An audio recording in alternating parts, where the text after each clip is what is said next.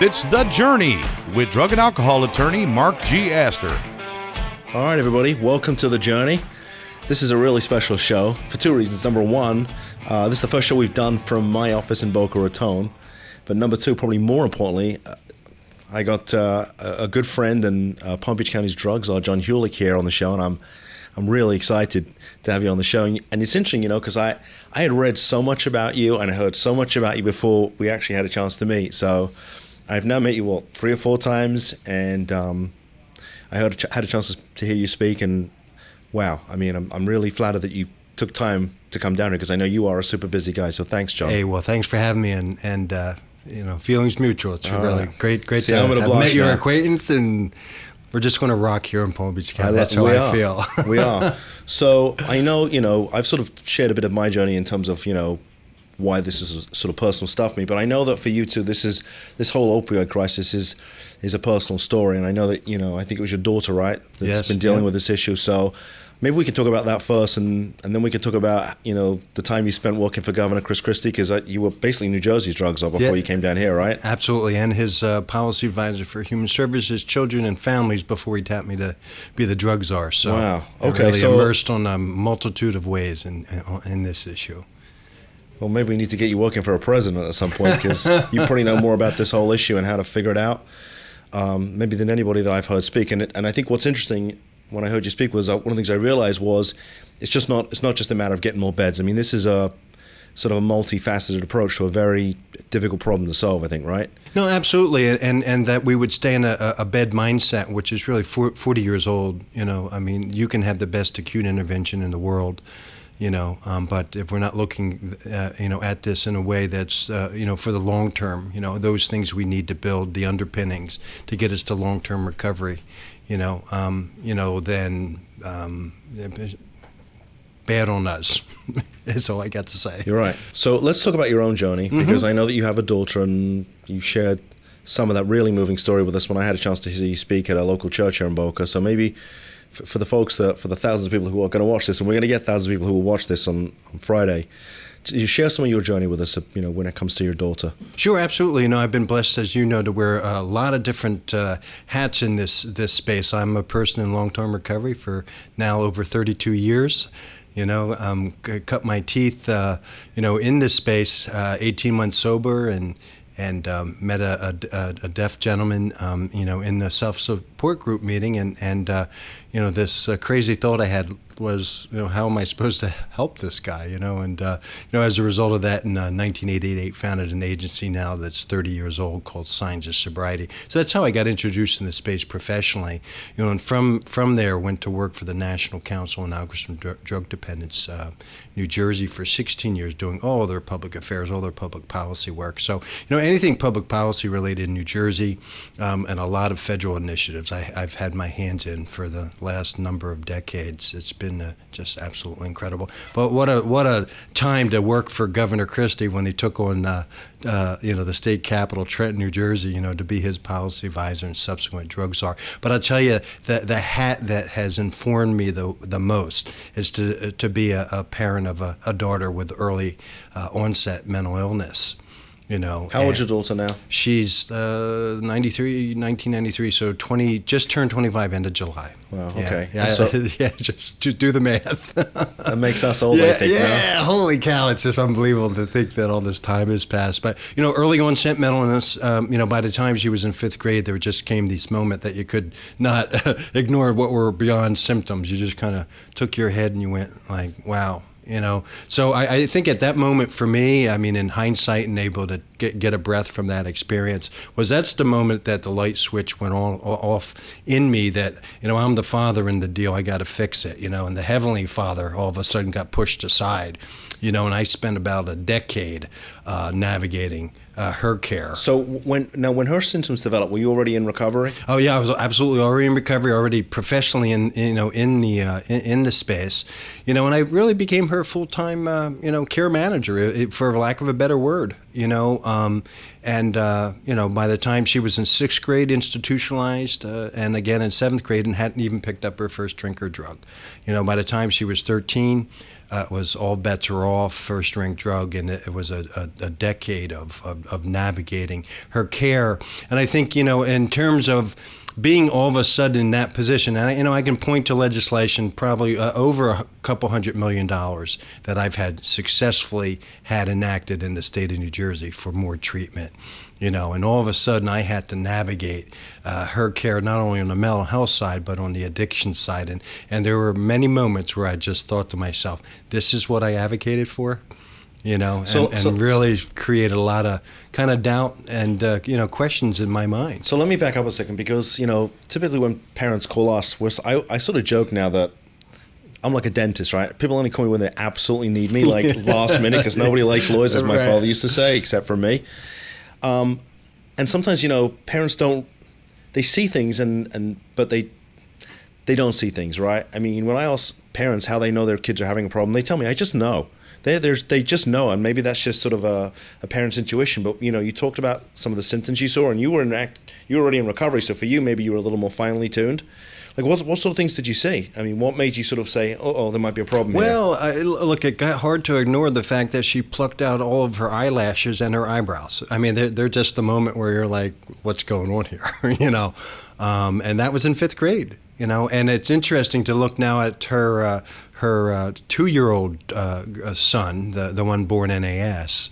And symptomatically, some of those things are presented, and I look and say, wow, really, our daughter, her name's Paige, was presenting at an earlier age. It just, it's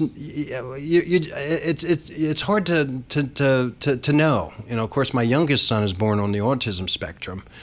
So by the third, the youngest, it's like overdrive. And trained to do get the best interventions. At 5th grade for her, the first thing, get the best educational consult. She started therapies at that age, the family therapies. I mean, and that was 5th grade. And how many times we've been in therapeutic sessions with her? How many times I lost count in terms of another addiction treatment facilities. Probably nearing 30. Easily. So when did the addiction start to kick in? Age 13. Again, 2 mental health, literally in institutional mental health stays, not outpatient. So 2 mental health institutional stays, 6th and 7th grade. So how long had you guys been dealing with the issue at that point? When she started presenting and their first intervention was the educational consult, some outpatient therapy, some family therapy sessions, 5th grade. So by that time, a couple years. And then it was off to the races for a few years. Her first treatment stay was at age 16. So it was an adolescent program. It was the first time we had actually had her admitted for a substance use disorder. Wow. And by that time she was already a parent. So we did what I call the teen mom drama. Her mom at the time used to watch Teen Mom, and I would say, what are you watching this for? We live this stuff. I don't need to watch it on TV. So, I mean, did you feel lost? Because I get a lot of parents, and now look, you were in active recovery, so you kind of had a little bit of experience, but I get families that call me, they're just lost. They're lost in the process. They don't know what to do. They're devastated. They're like, and they feel terribly guilty. They just don't know what to do. So I mean, were you one? No, of the people and mind you, I I was an educated parent. I was familiar with the system, thought I knew how to navigate it, and in the end, none of that was a resiliency factor for me. It was throw your hands up in the air, and I don't care where she goes, just get her off the street. This idea that we're going to be somehow moderated and, sound of mind, in these crises, and you deal with the families, that we're going to be these educated and consumers of addiction treatment. Good luck with that. I feel as if, it's really our burden. As a government sector, and not only in terms of self-pleasing of other other providers, but we beyond just the JCOs and the CARF accreditations, that we need to serve a better role in ensuring that those services that are being provided are not only of best practice and of good outcome, but also ethical. And of course, the story of our first foray down here into Florida, which was in 2011, was we could spend days on that too, I guess. So how's your daughter doing now? Well, interesting, as you know, a year ago in August 2017, she literally got stopped dead in her tracks. She was on her latest run, and she was the victim of an attempted murder. She had wronged someone, in on the streets of Trenton, New Jersey. So she was targeted. And has suffered a tremendous traumatic brain injury. No expectation that she was going to live. As a result of that, she was in a coma for 3 weeks. And her mother and I were having very difficult conversations about whether we had to actually pull the machinery or not.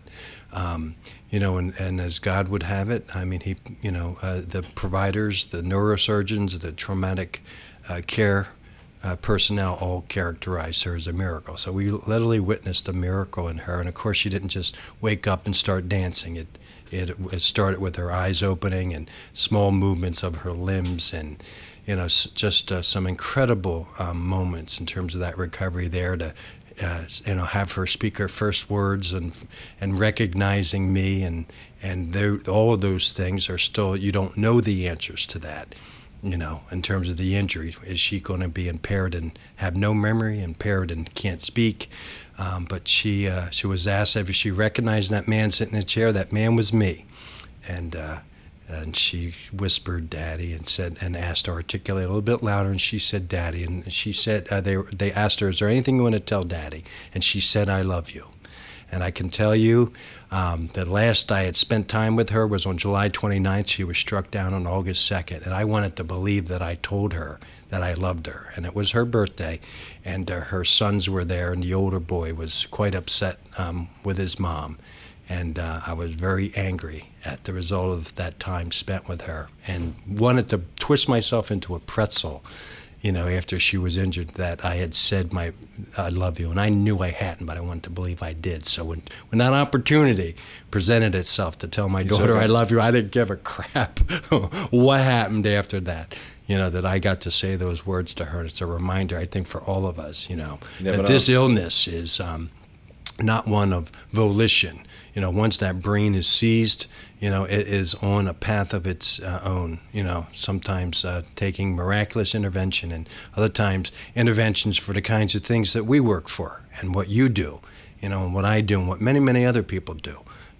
So how's she doing now? Right now, she's in a setting, a group home for individuals with traumatic brain injury.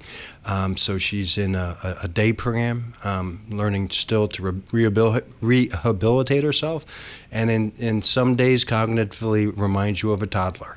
You look and say, wow, these are behaviors that presented way back when, and still present themselves today. But as God would have it, she collected a year medallion in NA, and her mom was able to present that to her on August 2nd, exactly a year to the date she was struck down. She was able to gather a year medallion. Wow. So. Amazing story. Just and I've lived it.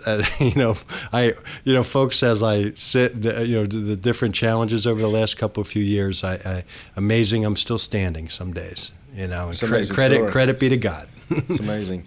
So let's talk about your time with Governor Christie. How did you end up working for the governor? Wow, yeah, what a great time, and of course, as you know, New Jersey is a pretty heavy blue state. I've been involved with politics since I was a teenager, in and around the state legislature all of my career.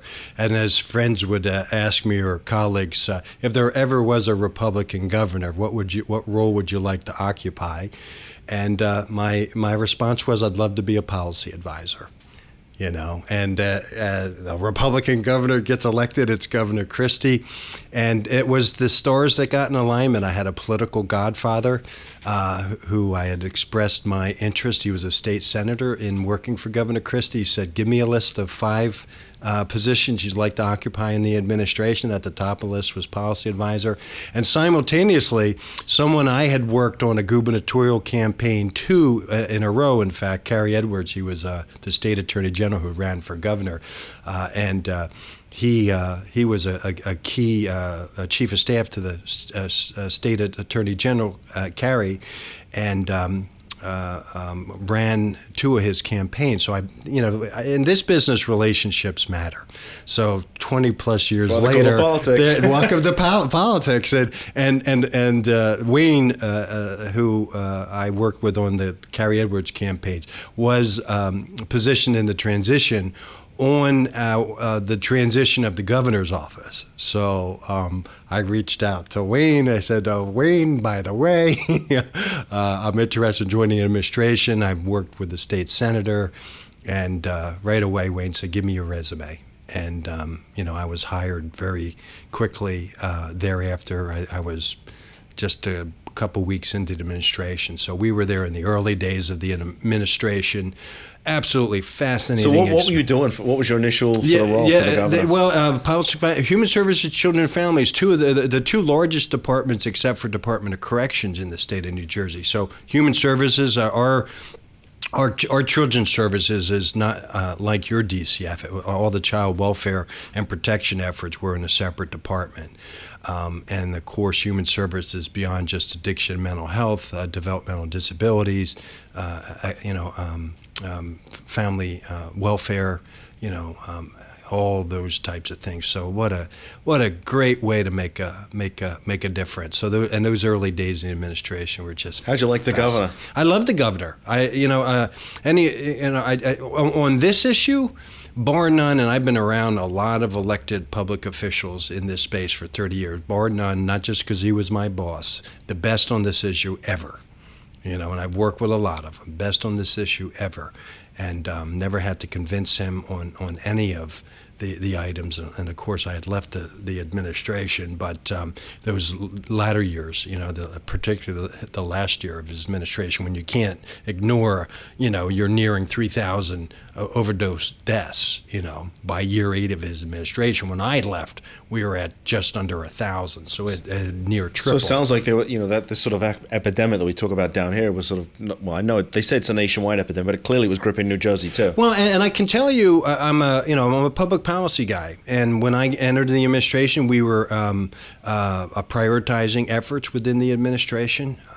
There were 12 policy advisors. We did an initial draft of a policy agenda for the governor. It was 120 pages long.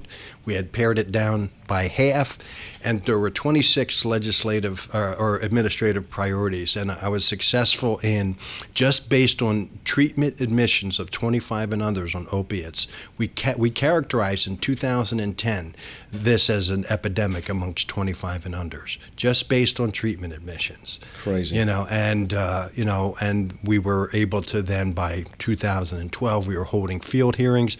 The biggest, 600,000 distribution, or Star Ledger, the biggest print publication, news publication of the state. We got front page of the Star Ledger on this in 2012. So at what point did the governor come to you and say, "Listen, John, we have a major problem here, and I need you to try and figure out how to solve it"? Well, it actually was probably the reverse. As we were crafting the policy agenda, incorporating what I was seeing, was, and informing the governor that we've got a problem. It's like Houston, we've got a problem. Look at this data, and I some of those, I got a good dose of bureaucracy at that time too. The single state agency director, as we were completing our first block grant application in the administration, you're supposed to identify priorities, and I was, having seen our data and plotted the admissions data, there was a trend that went like this from 06 to 10. This is like a hockey stick. That's a problem. It's a trend analysis, And the application, I wanted to prioritize 25 and others, heroin and other opiates, and there was a little bit of pushback. And we got on the phone, and the director dare say to me, and she had the director of her research unit there, and it was a couple $1 million operation. And I'll never forget these words. She said, "Our data doesn't suggest there's a problem." I said, "Well, looking at the same data as everybody else was." And here's the amazing thing is, Mark, I had a policy intern plot the data that our state was reporting to the feds. And I'm like, I don't know what data that, suggests there's not a problem, but I'll tell you, the data that you've reported to the feds has been plotted. Now, mind you, a trend analysis is not complicated. A policy intern, like, what are you doing? I mean, what are you doing? You got dead people this year, dead people the following year, month by month. I mean, if you could tells you where it's going. Yeah. And we hadn't even, we started to see an uptick late in the first term, of OD deaths. So this was strictly on admissions data alone. And what I was getting anecdotally, mind you, you mean to the hospitals? Just primary drug of choice, heroin or other opiates, 25 and unders. Okay, so that is information that's reported both to the state and to the feds. So when you say admissions, are we talking about people who are coming into a hospital?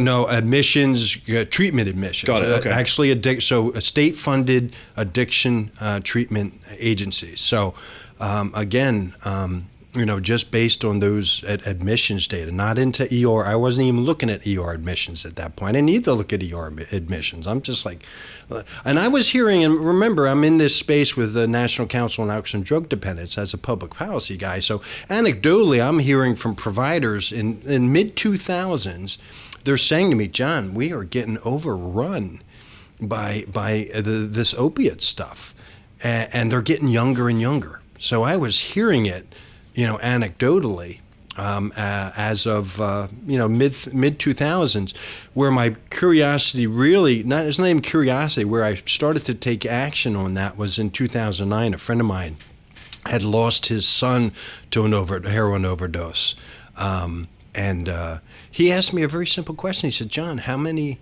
parents are experiencing something like what I'm experiencing?" And I had to admit I didn't know, but it got me wanting to look at the data. So when I had joined the Christie administration in early 2010, let me see what the data is going to tell us. And I had a policy intern plot the data for me. Were you able to identify, any sort of root causes of what was causing this? Well, clearly, in the end, as we well know, that was, we were largely dealing with mid-20-something white males, a suburban issue. They might have been dying in Camden or Trenton because of their purchase, but they were residing in the suburbs of the state of New Jersey. And it was OxyContin. Absolutely. So the pain meds like we had down here. Absolutely. Yeah, nothing like you saw down here. But clearly that was the driver toward the heroin. The other opiate, the admissions is heroin and then other opiates, and that's all the odones, the oxycodones, the hydrocodones, and all that other stuff. That's the other opiate piece of it. So, absolutely. And it was interesting because I plotted at the same time, marijuana admissions 25 and unders, just out of curiosity, and we saw the same trajectory. And that was primary marijuana admissions, primary drug of choice. So this idea that there's no harm, you don't occupy a treatment bed without hitting certain criteria. So marijuana, primary drug of choice, and what we saw were a trajectory like this. So obviously the numbers, once you sort of started to get a handle, the numbers went down. But so what do you think was what were the causes of the numbers going down?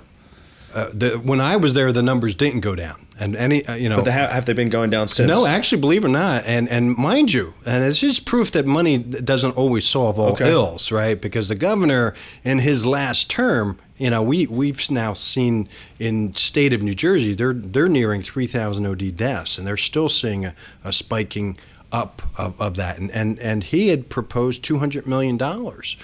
In his last budget, an additional $200 for treatment for a host of things, recovery intervention in the ERs, more treatment, so all of that. Yet, despite a pretty aggressive intervention and a governor and an administration that was attentive to this issue for the entirety of his 8-year term, you're still seeing that OD death rate, move upward. And I have to say, for the governor, and I've been to a lot of state-of-the-state speeches, a lot of budget speeches by governors in the state of New Jersey, and usually how they handle it is a laundry list. They always do the nod to every department. Now, we have 19 state departments in the state of New Jersey, so you can mind you get through this laundry list of acknowledging every commissioner. And what I liked about the governor, how he handled his state of the state, he always prioritized 3 or 4 issues. The only state of the state that this issue was not addressed was the first one, when we were faced with a $5 billion budget gap. But every state of the state after that, top 3 or 4 priorities of his administration, addiction was always addressed in his state of the state.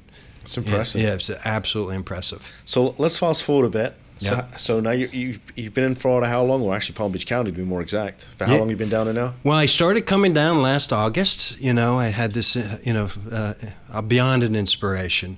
I'll call it a calling. And I literally had this conversation with the higher power, like Palm Beach County. My experience, I viewed it in 2011 as the Wild West, and that experience didn't get any better, And I had a kind of a distaste for the treatment space in general, and my consulting work had stayed the heck away from it pretty far. Although my focus had been for only one client only, who was paying me to model out, a system of care that was focused on quality and improving outcomes. So that was good. So when I kind of got that call to come down here in mid-July of 17, I was literally having this conversation like, you want me to go down to the belly of the beast? And I did. I literally just kind of booked a flight, came down here, but knew that, so I was looking to grow my consultant work is what I was doing. And I knew that I wouldn't just ever tie myself to just one treatment program. I would refuse to do that. Although the money might be good, a lot of people will talk the game, but don't know really how to deliver it. So let's talk about what's actually going on here in Palm Beach County, because and I don't know, I've sort of heard you labeled as the Palm Beach County drug czar. I don't know if that's sort of the official title or unofficial title, but when people say, the Palm Beach County drug czar, you mean John Hulick. So. And it's funny because I had heard about you. I said, I got to meet this guy. Who's this drug czar guy? They're like, well, he used to work for Governor Christie. He's coming down. He's going to fix this thing. I'm like, all right, I got to meet this guy. I want to hear what the solution is. And what's interesting is, when you and I first started to talk, my feeling was we had to make treatment available to everybody. But I know that you have sort of, it's more than just saying, okay, here's a bunch of money, here's a bunch of beds, everybody go to treatment. And I know you've talked about it. So maybe give us some idea as to, how do we tackle this problem? Because it's not going away anytime soon. Yeah, well, and it is multifaceted, right? And understanding my role, that's the unofficial title, but conceptually it is really fashioned after the role in the state of New Jersey, and frankly at the White House Drug Czar's office, which was across departments of government, but also striking at the federal level a national strategic plan. In the state of New Jersey, we did the same thing, and here in a much more smaller way. Both in interdepartmental within county government, but also externally trying to get a lay of the landscape and literally trying to, we all talk about tearing down silos, and we're all for that until it means like something might come out of my hide, in that role, my focus is, how do you go at it? Initially for me, I'm very focused on community immersion. I'm the new guy on the street, and let me meet as many people as I can. And what a wonderful experience that's been.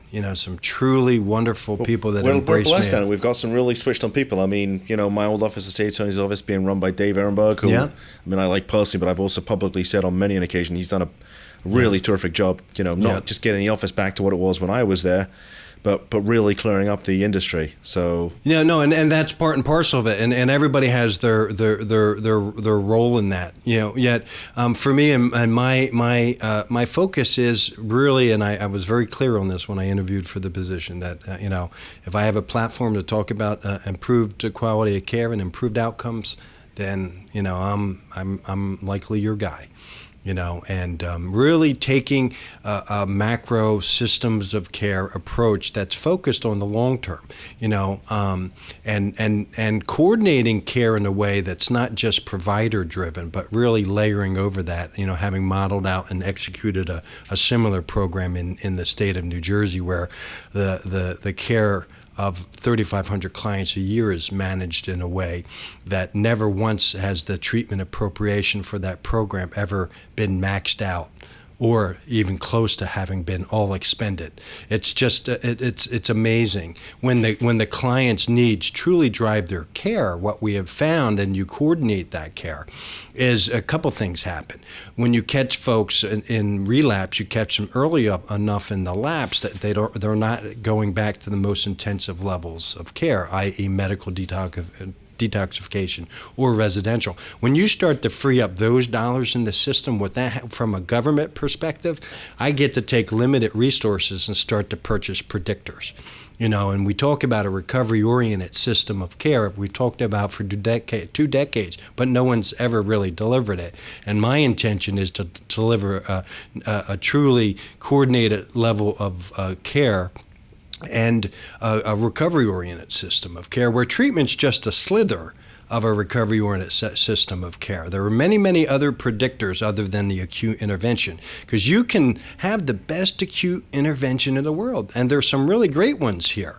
But the resiliency factor, that's going to wear off over time. And if we don't underpin it with some of these predictors, i.e. stable housing, employment, a strong family or societal connection, and there's actually an altruistic or a spiritual component to it as well. All of these can be measured. If you're, not tying people back to a faith community, and or recovery support community outside of the 12-step programs, your chances for the long term get lessened significantly. And getting out of this, what we've heard as down here, the Florida Shuffle, but that Florida Shuffle happened, cycling in and cycling out, and literally the calls that I received from my daughter first foray down here is, we're discharging your daughter, tomorrow, what would you like to do with her?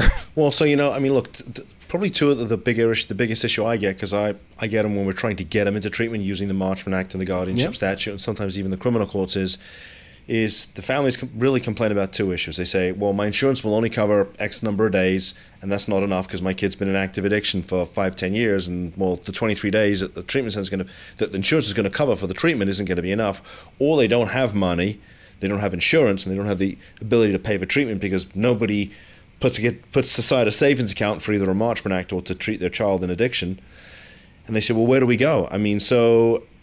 At some point we have to start with, getting them clean, and then obviously the things that you talked about I know are really important to keeping people clean. But how do we get them, at least initially, off the streets and into treatment and get them into that right cycle? And a system that is so acute heavy, is and much when more. You say acute heavy, what do you mean by acute that? heavy?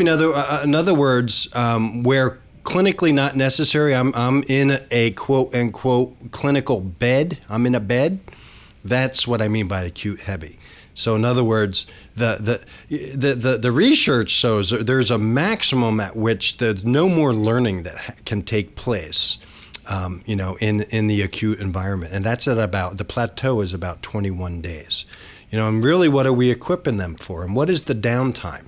I'm not to say that there isn't trauma and we need trauma-informed care, and the yogas and the acupunctures, and maybe you can even dig some equestrian, go play foosball. I don't know.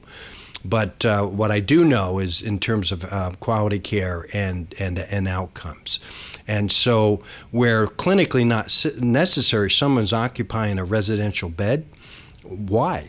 And what are we doing with the time they're there? And it's not new, what happened with me in 2011, your daughter's getting discharged tomorrow, what would you like to do with her? Discharge planning in the optimum world, it starts day one, and that's still happening today. I was at a meeting a few months ago, being reminded that that's still happening today. When the incentive is you'd rather have someone come back than succeed, that's a problem. I agree. That is an absolute problem. And we can't take public dollars, and do that. We need people to succeed, because what I want is a readmission rate that's not 1 and 2.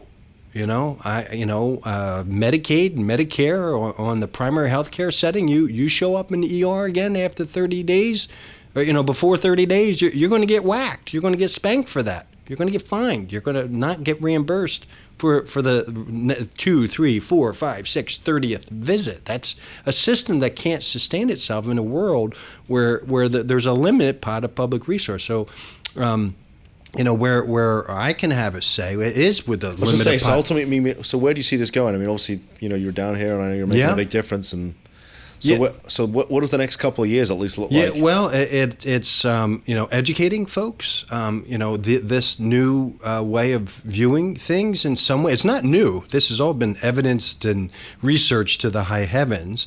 But executing it where folks are invested in the status quo of 40 years ago. That's a different ballgame. As I stated, you're going to get my best experience, my best expertise, and my best recommendations. I don't factor into politics.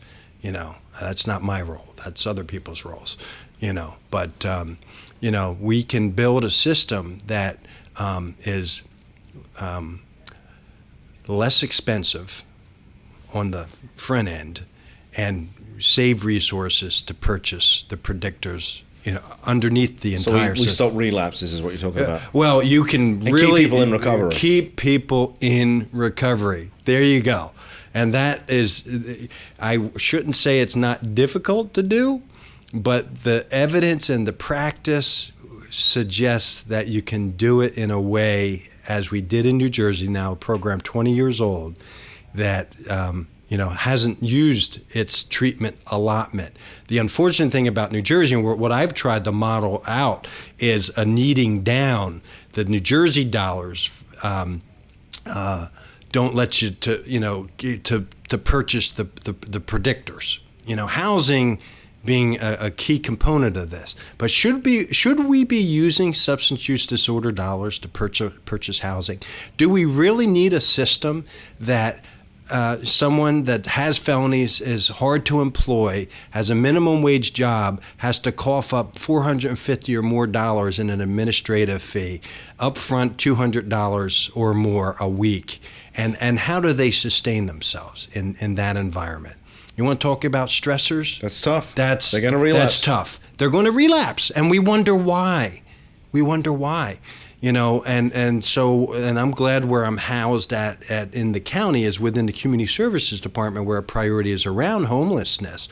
And couch surfing is one of the definitions of homelessness, And should someone stay in a facility so long that by staying in so long that they lose access to federal support in terms of transitional housing vouchers? I mean, that's the riddle we really need to solve. And in New Jersey, one of our biggest successes was a $10 million annual appropriation of treatment dollars tied to our syringe access bill. Okay? Big victory from 2006. That's been an annual appropriation. One of the things we did with that was using a housing first model, respective to SUD. So in other words, you pop hot, you're not going to get kicked out. You're not going to lose your housing, but what you're going to invite is a much more intense intervention, and it was based on the mental health housing first model, whereas that's really intense, strong wraparound for the homeless and for the severe and persistent mentally ill. So that is something I'd like to be looking at, but figuring out ways other than using very few SUD dollars in order to accomplish that. Where I'd like to invest the money is in the care coordination. You give me a neutral assessment, not a provider-driven assessment, because guess what? We talk about, Mark, no wrong door in this world. There's always wrong doors. That's just a bunch of bunk as far as I'm concerned. That people land in treatment doors that they don't belong in all the time. You land somewhere, that's where magically you stay. Go figure. And that's just so wrong on so many levels. Would we do that to a cancer patient? Never. No, we wouldn't. Never. We wouldn't. right, listen, I want to cover one other little topic, and then I'm going to let you go. Yep. So I know that actually the night I heard you speak at, was it St. Joan of Arc here in town? Yeah, the symposium. They had a lady there. She was from Ted Deutsch's office, and she was telling us that I think they were, literally it was the night before the Congress was going to vote on this federal legislation, which I think was co-sponsored by Congressman Ted Deutsch and Senator Marco Rubio. And now I guess it has become law. So do you have any idea how that might affect us down here? You're laughing, right?